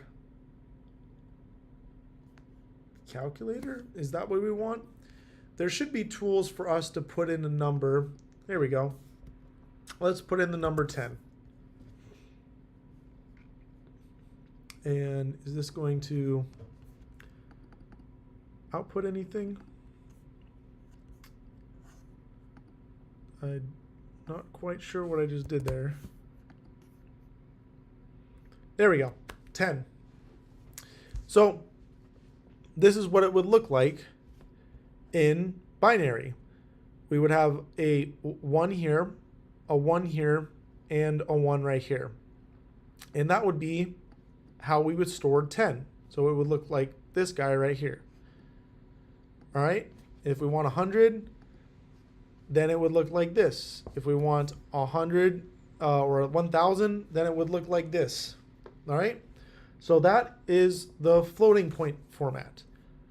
Kind of weird, kind of complicated.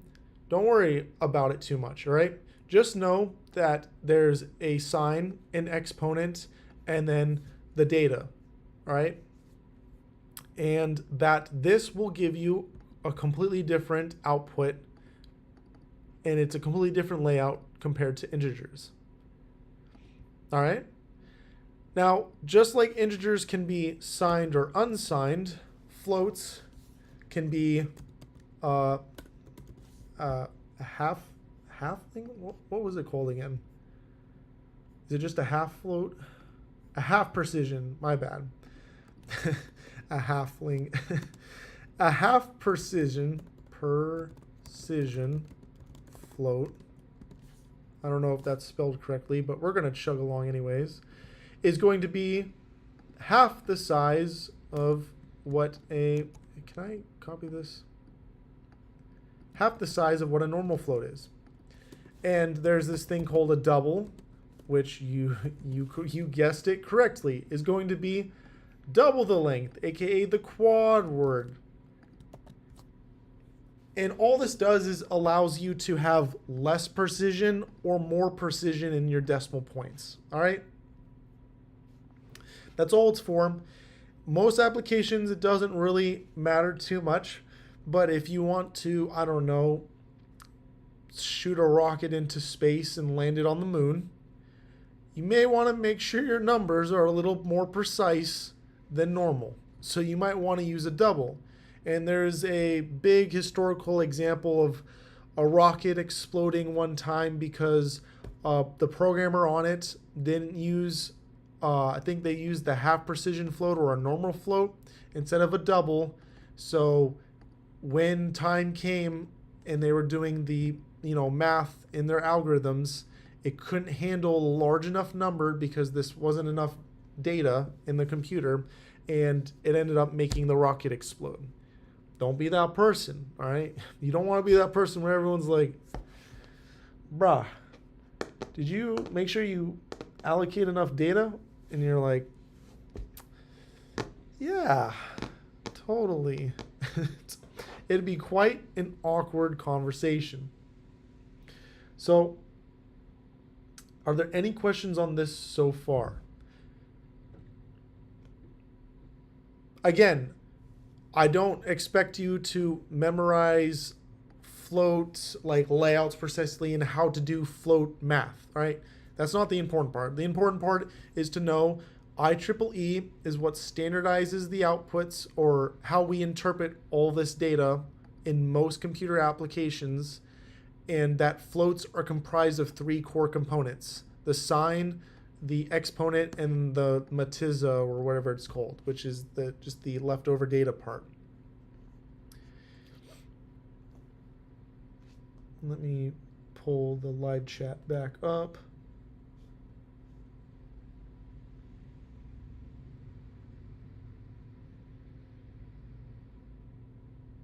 Go ahead and ask a question if you have a question. We're ahead of schedule, by the way. We are very much ahead of schedule, all right? So if you have questions, we can put down the brakes on everything and we can slow stuff down, all right?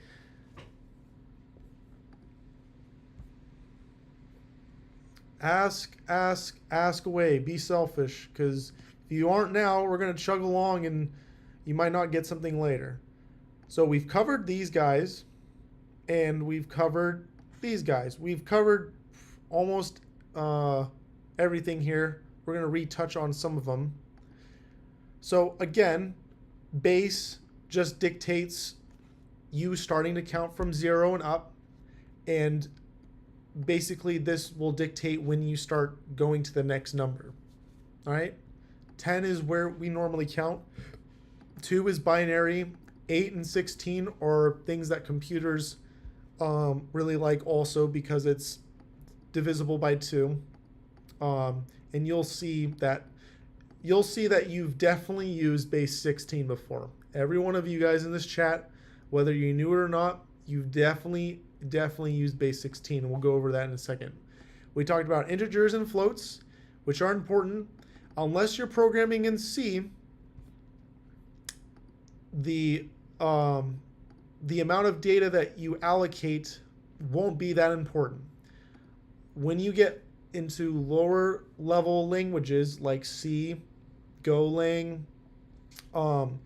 that's where you're going to be manipulating all these little tiny levers. But when you're in more modern programming world or website development, stuff like that, this is all done for you behind the scenes. You pretty much never have to worry about this type of stuff. All right? Let's see. Can you describe BF16? What do you mean by BF16? Like a 16-bit floating point? I don't think I've ever heard of BF16. BF16 floating point, a brain float point. Truncated 16, yeah, so that's exactly what I went over here a second ago. That's going to be your half precision. It looks like, so this is why Googling stuff is really good. And so like I said before, data is data, and you can interpret the data however you would like. Now, IEEE is what usually people will be following, but it looks like the BF16 is a slightly different variation on it. Because again, data is data, all right? You can interpret it however you want. So it looks like this is not a IEEE standard. This is another standard that someone has made up. And you can see below that NVIDIA, AMD, and Pixar all have their own versions of floats and how they interpret the data inside of floats. Because again, when you're dealing at this low of level, you're in arbitrary land, all right? Anything can be anything if you want it to be that thing. If you don't like how something is, or you don't like the layout of how a normal number is laid out, you can make it different. Nothing is stopping you. There is no rules at this level in programming. It is super up in the air and arbitrary. In order to save most of our sanities, we'll stick to IEEE because we've agreed upon it. It's tried, tested, and true, and it keeps us sane, all right, instead of being in arbitrary land where everyone's doing their own thing. So this, I would assume from the larger exponent bit that this is meant for you being able to handle larger normal numbers without a bunch of decimals, all right? Than the normal 16-bit floating points. Is this typically something that's used in video game engines or something? I'm not quite sure when this guy is used. Looks like it's used Google Brain and AI. Okay, so it's an AI thing. And it's okay, and it's a part of the AVX extensions. I got you. Okay, so it's to help better, it's a format to help better with AI applications, because all of AI applications, so why AI applications require GPU usages. So we were going to get into this in a later time, but we might as well get into it right now because we're already talking about floating point numbers. I bet you've never wanted to know this much about numbers with decimal places, all right? But it's kind of fascinating, right? So graphics cards, right? Graphics cards. Some of our favorite things, right? Renders all of our games. We can play everything in high quality. We can get some ray tracing turned on and have it look super fucking good. It's some of the coolest things ever, right? Graphics cards deal with floating point numbers. You've probably heard this term flops and how many flops that a card can do. It's not that the card flopped and it was just a garbage card. No, it's floating points, flops, floating operations per second. Gosh darn it! Now it's floating. God, floating flops speed. Am I saying it right? Floating point operations per second. Okay, I guess they're taking the FL from floating. So it's how many times you can perform some type of math on numbers with decimal points. That's basically what it's a measure of. And that's how you can measure how fast certain cards are. Graphics do this a lot because when you're dealing with three-dimensional space, things aren't really a nice perfect set number away. It's usually decimal points and stuff. So a lot of decimal point action is going on. By default, your CPU in your computer, in your phone, etc., does not have a lot of components in it that can handle dealing floating points number really well and really fast. CPUs are not great for floating point calculations. They are really slow. If you have something that's doing a lot of decimal math or decimal calculations, it's going to be slow on the CPU, so it might be something you want to put on the GPU. What else uses a lot of decimal points? Machine learning. So you'll see machine learning a lot of the times will use graphics cards and will be extremely, like, they'll run extremely fast on graphics cards because graphics cards only use pretty much floating point numbers. Their graphics cards are really, it's funny, CPUs are great at normal numbers with no decimal points, but graphics cards suck at them. All right, you want to use a CPU over a graphics card any day when you're doing normal numbers, but if you're using decimal points, you use a graphics card because they're way faster at it because they were designed for it. So tensor chips, and you'll hear tensor cores and so forth, they're being packed into GPUs, and there's even standalone chips for them. They're pretty much exactly the same as GPUs. It's just how the math that's done on them, it's done in a slightly more efficient way when you're dealing with matrices, I believe. It's in regards to matrices. But it's all decimal point stuff. Let's see here. Could you please make a live aim modification for things? Won't work on your phone, needs GPU, decent FPS. Yep. Yeah, phones most of the time also don't have too many floating points. They're not that great at doing floating point math either.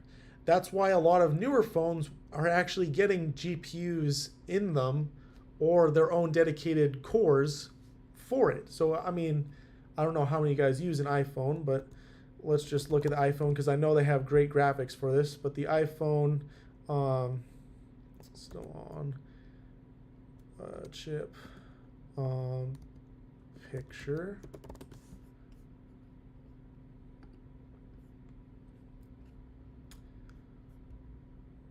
Come on, where's their advertising stuff? What's their new It's not the A9, Apple. Let's do the A13.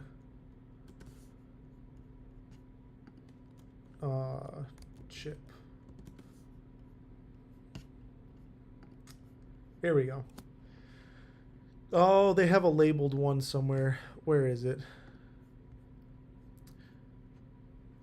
Well, this is the picture I was looking for, except in one of these bad boys it's labeled. But effectively, you'll see that it's becoming more and more common, and this is something that Intel has done for a long time. I'm just going to click on one of these that aren't labeled, and gosh darn it, why do you have to do this to me?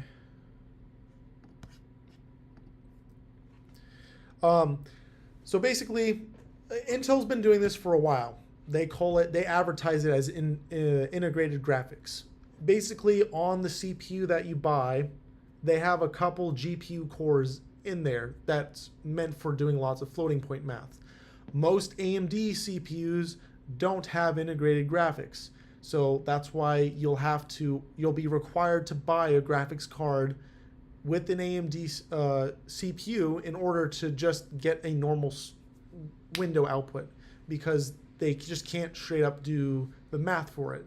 Now, newer AMD chips do have it, but the new Apple chips, why I brought this up in the first place, now I don't know where exactly everything is laid out, but the point is you can kind of see how these are kind of the same, these groupings are kind of the same, and like these, I think this is memory, but these groupings are kind of the same in certain aspects. But effectively, it's on their chips now. They have CPUs that are both for high performance and low performance. They have GPUs on it, and they have some tensor cores, which are specifically for machine learning. So they're packing more into one place so you can kind of get the best of both worlds instead of having to basically add more chips, because that picture is just one little chip, what you would normally think is the CPU. All right. Any questions so far?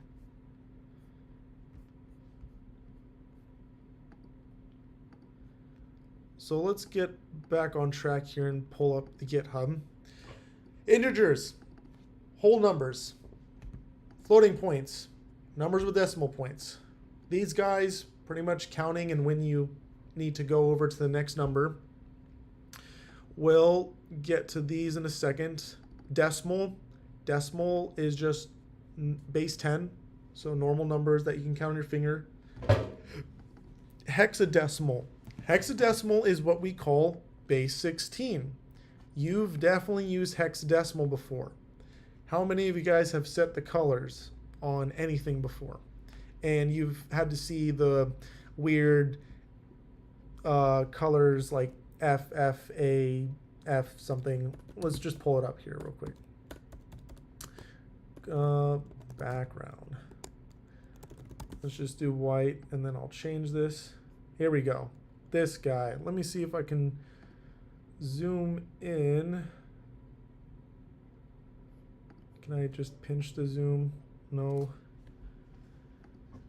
Oh, how do I zoom in on this? Can you guys see that well? Or do I need to zoom in? Can I do... Oh, there we go. That works. All right. So let's just say like background white. And then let's change this. You'll see right here this thing called hex. This is a hexadecimal number. This is in base 16. This is the thing I was showing you earlier where you would count from 0 to 9, and then you would go from A to F. And then you would cycle back over to 0. That's hexadecimal. It's basically a compressed format of showing data. All right, instead of having a super long number, we can compress it like this.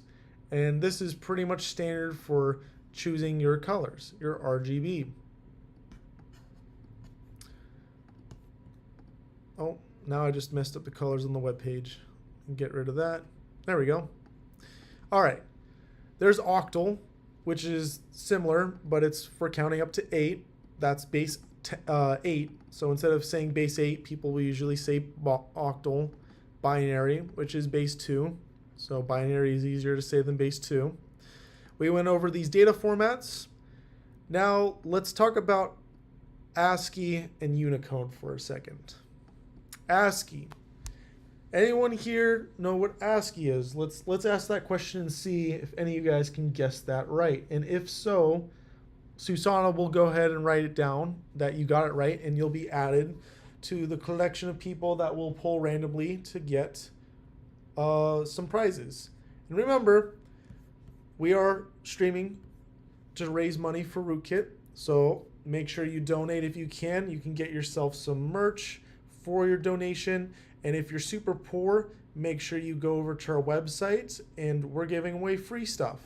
So make sure you go over to our blog. Week 1 giveaway requires nothing, just for you to subscribe to the channel, subscribe to Twitch, things you might already have done.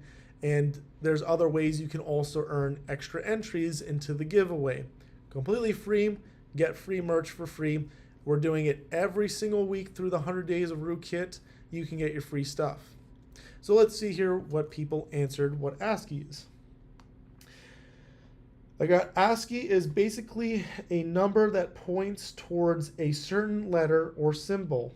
All right, I like it. I like it. And ASCII is character encoding. Correct. ASCII is character encoding. And then in regards to what about Android phones, same thing for the CPU on Android phones. Snapdragon's CPUs are pretty much the most common ones. There's also Google's CPU tensor chips, not to be confused with their actual tensor cards, which are different. They are all incorporating and doing something very similar to Apple, but Apple was definitely one of the first people to do it. They still, surprisingly enough, Apple does do some things first before everyone else still. I know, kind of weird. I thought they were always behind now, but they do some things first before everyone else. So ASCII, I like more so Dan from Space's answer, character encoding. So again, let's look back at here. And we were talking about how arbitrary data is in the space. An integer is a funny thing. We're going to talk about integers more. We're done with floats. I'm going to even delete this. Floats kind of give me cancer seeing them. All right, too much stuff going on. All right, integers are super funny because a byte of data can be interpreted as unsigned integer, which will give us the number 255, as a signed integer, which will give us the number negative 127, because it's just about how we interpret the data. It's totally up to how you want to take these symbols that you see right here highlighted and interpret it. But we can also interpret it as ASCII. And the ASCII value for this is going to be, I don't know, let's look it up. I don't have the ASCII table memorized. So ASCII table. ASCII table is basically the symbols from 0 to 200 100. There's two versions of ASCII, so we're going to go with the base one. Going to 127. So if we look here, you'll see a lot of things you're familiar with. Some things you're not familiar with. Don't worry, we'll get into those later. If we look at the very last guy here, 127, all right? 127 is this thing called Dell. Like the computer? No, not like the computer. So let me change this to reflect 127, which would be this. This is going to stand for Dell. Any guesses on what Dell means?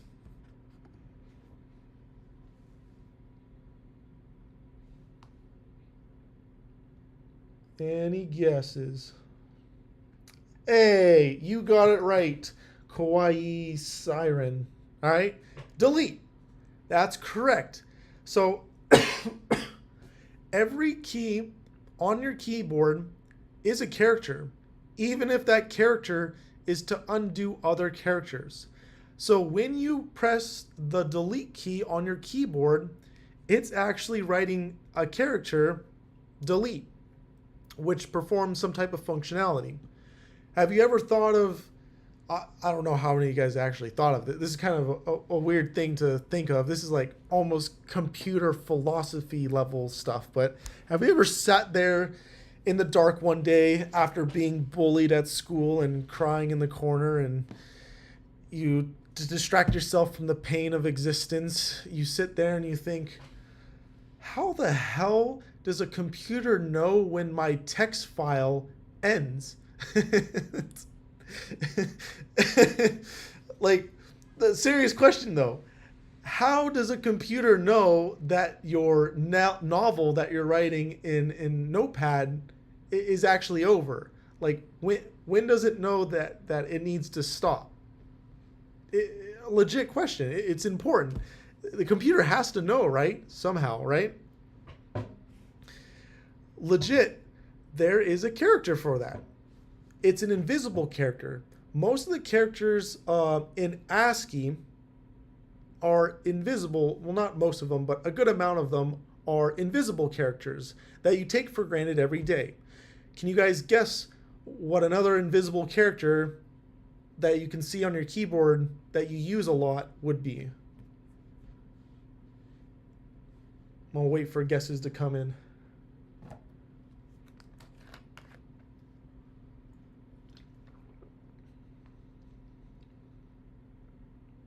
Space is a great one. I was thinking enter or the return key, however you want to call it, but space is also a great one.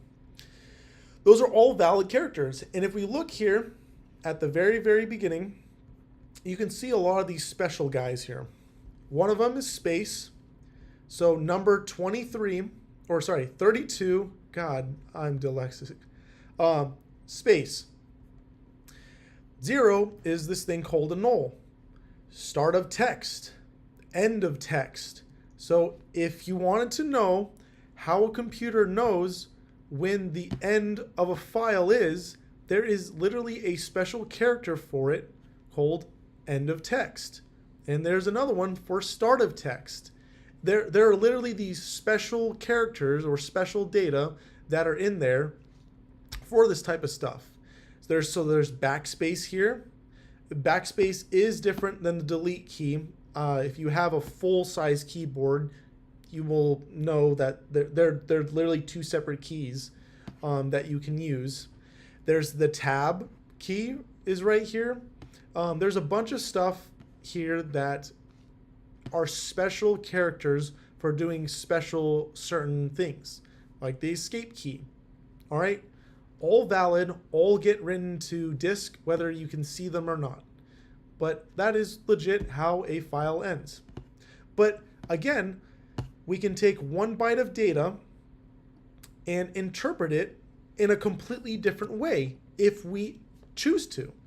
Now, ASCII by default only looks at the first 7 bits, and then it was to save data early on because data was super important. But then they were like, all right, let's just get it synergized with everything else and use bytes. So they made extended ASCII. So another issue you may see, this was the first character set to be allowed on any computer.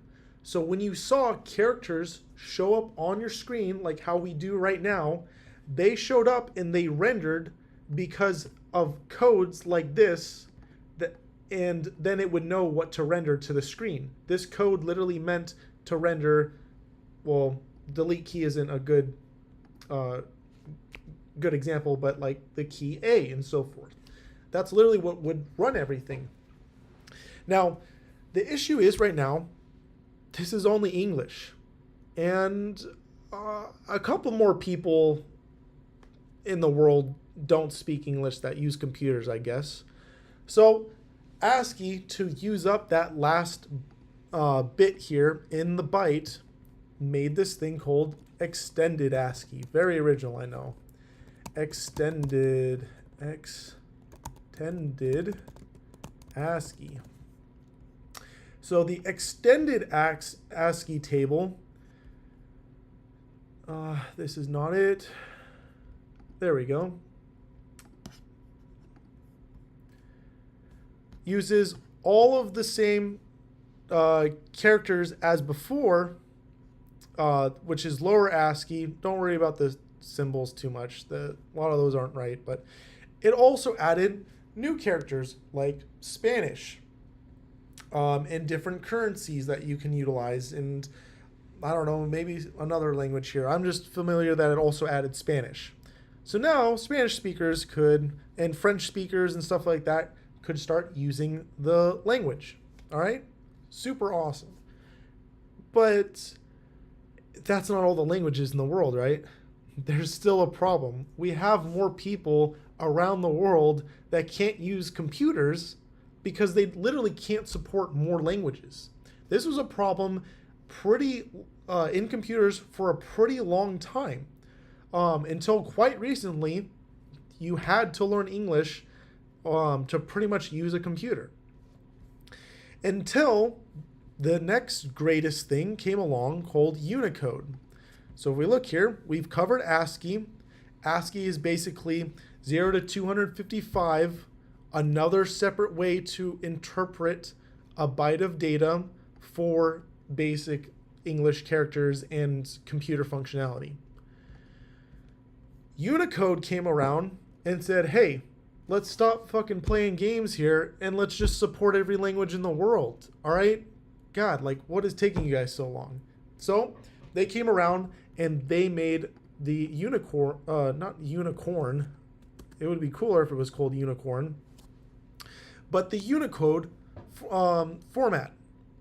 And Unicode added pretty much every single character and weird little symbol that you can see when you're messing with Microsoft's symbol stuff in Word and etc. Japanese and Chinese characters and all of that. how did it add all of that stuff? Well, they came out with several different standards, and basically all it did was say, hey, a byte ain't cutting it, so let's just use more data. So Unicode characters will typically be, I'm trying to find it on here where it specifically says, but they'll take up to typically 16 bits of information. So a word of information on average. But look, I'm not kidding. Unicode is a really, really recent phenomenon. It didn't really get super popular till end of the 90s, early 2000s. And then it started really popping off. Even better than that, oh, thanks, man, for following Alex, Tim, that last name. Whoops. Let's see here. Where was I going? Unicode. But the best part about Unicode is they sat there and they jammed every language they could think of, all the weird little symbols that you can find on Windows and stuff, and they packed them into a Word. And I'm pretty confident that Word is the largest data format they allow for. You would have to, okay, it looks right here. They allow for up to 32 bits. So that would be a double word, all right? So they allow for up to a double word, but they've jammed all this crap into here, and guess what? They sat there and they said, huh, that's weird. We fit every language in existence into our new format, and we still have a lot of extra characters left over. Like, what do we do with them? So they had a great idea. They invented emojis. Emojis are a very recent phenomenon. They were invented in the late 2000s. They came along early on in Japan. They weren't like a part of anything official, but they were made in a hacksy way, and then it evolved from there. And the Unicode standard had extra stuff laying around that then they allowed for the creation of emojis. So literally, ASCII was a standard for formats that every computer had to follow in order to render and do things properly. Unicode has now completely replaced that standard. So what's also included in Unicode? Well, I just said all emojis. So any device you're on will support emojis by default. Where do I mean emojis? I mean literally you can put emojis in your terminal window here and it will support it as valid text. So we can go over here in Google and say, I want an angry face emoji because I'm angry right now. And I can go ahead and copy this emoji and I can legit make this emoji into my code. And I can build a whole program using emojis because it is as valid as me typing the A character. There's no difference behind the scenes in the computer for them because they are both text and they are both data. They are both ones and zeros at the end of the day. I can put emojis in my terminal window and they will behave exactly the same. Command not found, angry face. That's kind of funny. So that is, in a nutshell, ASCII and Unicode. They are formats for data and displaying data on the screen. By the way, important thing, Unicode is backwards compatible with ASCII. So Unicode starts with all the ASCII characters and its special characters first when you're counting up the numbers, and then it goes into the new stuff it added afterwards. Are there any questions in regards to that?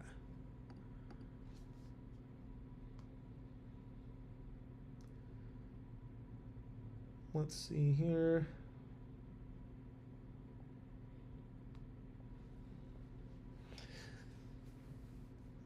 We've grown so much from chiseling pictures in walls.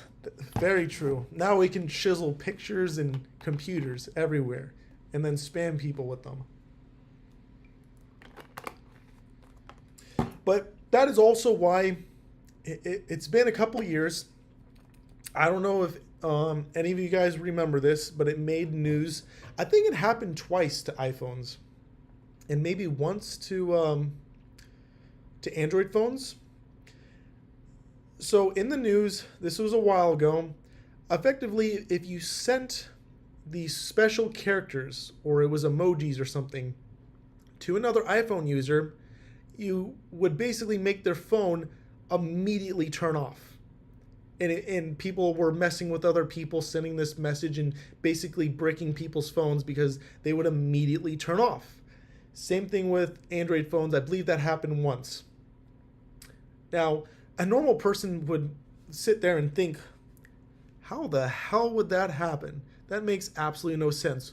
What does text have to do with anything with shutting off a phone? Well, that's when, if you understand how ASCII and Unicode work, you'd understand that text does more than just display text on the screen. It also is what functions and dictates what sometimes your phone will actually do, like when you're supposed to stop reading at the end of a file. It's a pretty important thing you need to do. So that's where those issues come in hand, and why, you know, they get intertwined sometimes, and things that might not make sense actually do make sense when you look at it at a data perspective, because at the end of the day, data is data. A 0 and a 1 is a 0 and 1. It's up to you on how you want to interpret it. All right. I don't see any questions right now.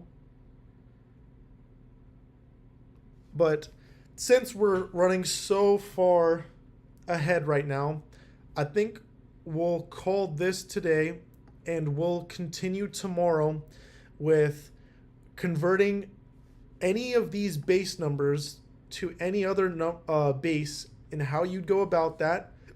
And then we'll also talk about how you would do addition and subtraction with signed integers and unsigned integers. I don't expect you to be a pro or know this. If you use a calculator on the exam, I don't care. More so, you need to know and see how these are related and how signed integers are laid out differently than unsigned, because we did not really talk about that. I just showed you guys that this is the two ways they're interpreted, but we'll talk about that a little bit more here. The point is, you just need to know it's a thing, it exists, and the basic layout. All right? That's the most important thing, is just knowing about it, instead of just not knowing about it and now making dumb assumptions. All right? Any other questions at all before we end the day and move forward? Or end the day. I guess not really move forward too much. Yep, we're almost at the very end of numbers, and I believe after let's look real quick at the Discord. And let's see here. So we're going to computers internals next. That's going to be a lot of fun. So if we look here. So once we finish that up, if there are no more questions for discrete structures, we're going to be done. We're not going to talk about them again. We're going to move forward and chug along. So make sure you're comfortable, you're good before we completely cut it off and move forward. All right. Next thing we're going to be doing is computer internals. So we're going to be entering this because we're already talking about this. And then we're going to be talking about digital logic is going to be the first thing. We got a really cool video to show off that I think you guys will like. You'll really see discrete structures again, whether you want to or not, because it's combining. And then we're going to get into computer memory and architecture, and then hardware and squeezing performance and multiprocessing and input and output and wireless and mobile technologies. All right, it's going to be some fun stuff. You're going to learn a lot. Your head's going to explode, and it's going to be entertaining for me, at least, watching your head explode. All right. All right, awesome. So today we did start a little late. All right, but tomorrow we will start at the agreed upon time of 6 p.m. Right? Hold on. Let me double check my calendar. I lied. I lied. Tomorrow we will start late. We will start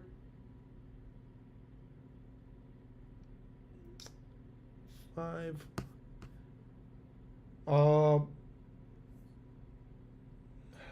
Most likely tomorrow we will start at like 7 or 8 p.m. Eastern Standard Time. Most likely 8 p.m. Eastern Standard Time, because I'm going to be pretty busy until late. So I'll post in the Discord when it's going to be, but it's going to be in the evening, like later in the evening, like kind of late. But I promise these 3 days we're going to be back to a normal schedule. I think it was 6 p.m. Eastern Standard Time. Everyone agreed on worked better for them, unless you guys really want 8 p.m. Eastern. It's totally up to you guys. I'll be teaching until the 7th. Then Taylor is going to take over and chat with you guys for the next couple of days through computers, internals, and architecture. And then I'll be back to torture you guys some more after that, all right? It'll be fun stuff, right? The plan is, gosh, we really cranked through it. So maybe we'll do a little bit of review tomorrow. I'm scared that you guys are smarter than me, all right? So we're going to do some maybe checks on knowledges, just to sanity check, just to prove that you guys are smarter than me, because it probably took me almost like a month to understand the discrete structures stuff we went over, right? I can't have you guys outdoing me by that much, all right? But, all right, sweet. Are there any other questions? I don't see any on Twitch. Let me check YouTube. 8 p.m. Eastern Standard Time sounds amazing. All right. You guys really like that time. I mean, we can move it permanently to 8 p.m. if you guys really like that. All right, awesome. Awesome. All right, you guys. Well, if there are no other questions, we're going to go ahead and end the stream. I'll stick around for like 2 more seconds if there are actually any other questions. But if not, we're going to go ahead and end it right here.